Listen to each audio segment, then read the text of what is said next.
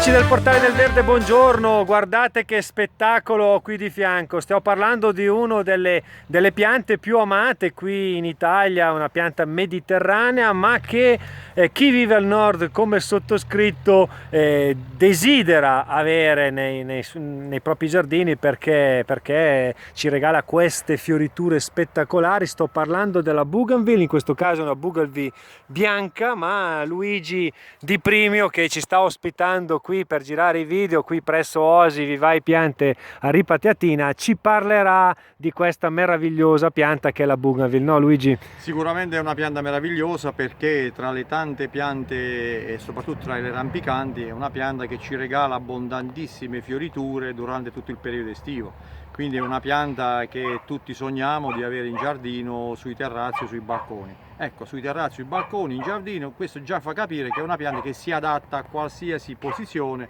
sia piantata in piena terra a sud, sia in vaso nei paesi centro-settentrionali del nostro Quindi paese. una linea ipotetica che possiamo tirare in Italia qual è? Da Bologna in su? No, la linea ipotetica per la coltivazione in piena terra, Sì. direi dalla Puglia in giù. Ah, allora proprio allora ero proprio fuori. Noi che siamo un po' più a nord possiamo tranquillamente coltivarla dalla linea, diciamo, di Roma al nord in vaso. Ah. In vaso perché? Perché anche in Riviera Ligure c'è una grande possibilità. In vaso perché abbiamo la possibilità di spostare questo vaso a seconda della stagione. È una pianta che ci regala tutte queste fioriture, è una pianta che ha freddo, per cui durante i periodi estivi sta bene fuori ed è in pieno sole.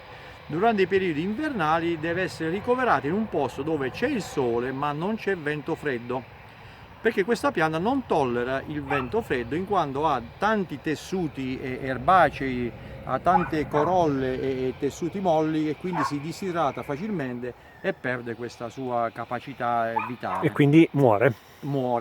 Ma ci sono delle diverse varietà di Bougainville. Le varietà più appariscenti, che sono le californiane, sicuramente soffrono di più di questo freddo o di questa mancanza di sole per la produzione dei fiori.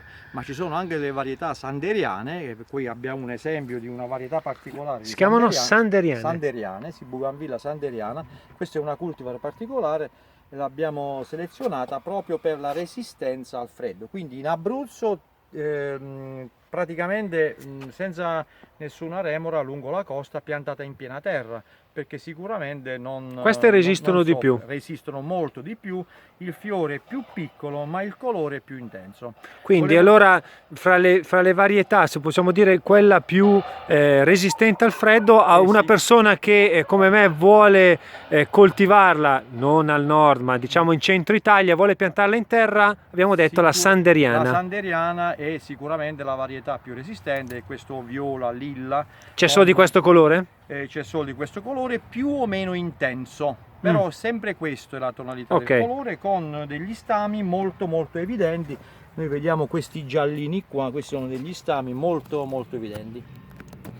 Poi abbiamo invece le altre varietà, hanno corolla più grande, fioritura più abbondante, tutto molto più appariscente, ma più delicate al freddo, come dicevamo prima. E questa... abbiamo diversi colori, qua spaziamo dal rosso al bordeaux, al giallo, il bianco, rosa, color pesca, diverse colorazioni, ma tutte molto delicate. Quindi al di là del proteggerla soprattutto dai venti, ho capito, dai venti freddi, altre accorgimenti che bisogna avere con la Bougainville? È una pianta abbastanza rustica, no, per il resto. È una pianta molto rustica, si adatta a qualsiasi posizione. Consideriamo che nei luoghi d'origine, che è l'America meridionale, questa pianta cresce spontaneamente lungo i fossati, lungo i greti del fiume, aggredisce anche alberi molto grandi salendo fino alla sommità di questi alberi grandi, proprio perché è una pianta che si adatta a qualsiasi condizione di terreno. L'unico nemico appunto è il freddo. Bene, allora abbiamo visto questa pianta veramente spettacolare che è la Bougainville.